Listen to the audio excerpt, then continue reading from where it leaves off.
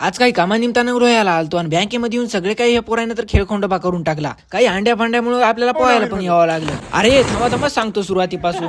तर काय चाललं गावकरी मित्रांनो, मी तर राहतो माझ्या गावामध्ये. तसं आपल्या शंभूराजेचा बलिदान मास दिन 22वा. आता नेटकच आपल्या शंभूराजेची पूजा ती करून घेतली आणि खाली येऊन सर्वात आधी आपला VIP चप्पल कसके बांधून घेतो. हा तर आता या सोंगाला नीट करण्यासाठी आपल्याला लोह्याला पण जायचं होतं. मग काय मी आणि आपल्या गावातली सुंदर आणि सुशील नागरिक कृष्णा नेवगेसला यांना घेऊन निघालो लोह्याला. आपल्या गावापासून किती किलोमीटर अंतरावर आहे लोहा ते तर तुम्हाला माहितच नसेल. मात्र आपल्याला मात्र जवळच आहे. हे भीडभाडचा इलाका आला म्हणजे आपण आपल्या संघटनेमध्ये पोहोचलो. आणि अशामध्ये आपल्या राजाचं पण दर्शनच जास्त दिवस झालं नव्हतं. ते म्हणतात ना कुणीकड पण जा पण या दोस्ताला कधी संगत घेऊन जाऊ नका. यांनी तर लोह्यामध्ये पाय पण टेकला नाही तर डायरेक्ट ज्यूस सेंटर वरती नेलं आणि मागितलं तर काय मँगो मस्तानी. इथे ह्याचा हे स्वाद घेतलाच होता की बाहेर जास्तच ऊन दिसू राहिलं, त्याच्यामुळे बँकेमध्ये आलो सीसीची हवा खाण्यासाठी.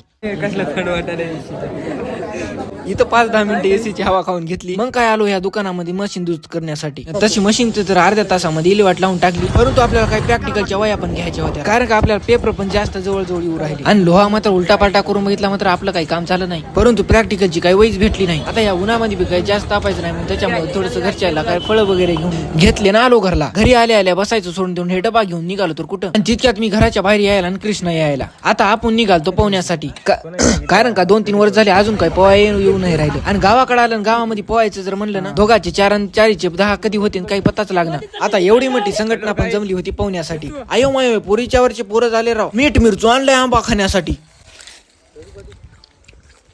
माहिती सांगा तुमच्या 2 सेकंद तोंडाला पाणी सुटलं होतं ना. आमच्या इकडे पोरानं पण अशा वाटा काढल्यात ना, एकदा ह्या जुगलीमध्ये अडकलं ना त्याच्या हाडात सगळं बाहेर काढायला. आणि हा कुंगे ह्या हिरीमध्ये पोहाय शिकून राहिला मला. अरे वा बापया, हे नदी ओलांडण्यासाठी मित्र भिजून आहे म्हणून मित्राला वरी उचलून नेऊ राहिला. आणि काही माझे पण दोस्त आहेत, परंतु ते मागून मोठ्या काड्या करतात. आता तुम्हीच सांगा ह्या नमुन्याला काय म्हणावं.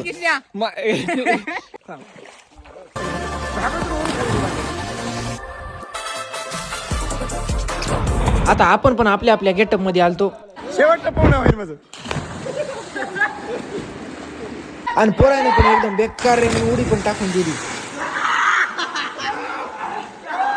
तसं आजच्या याला तर एवढंच होतं. तुम्ही पण जा कुठं ना कुठं पोहायला. मी तर चलो घरला.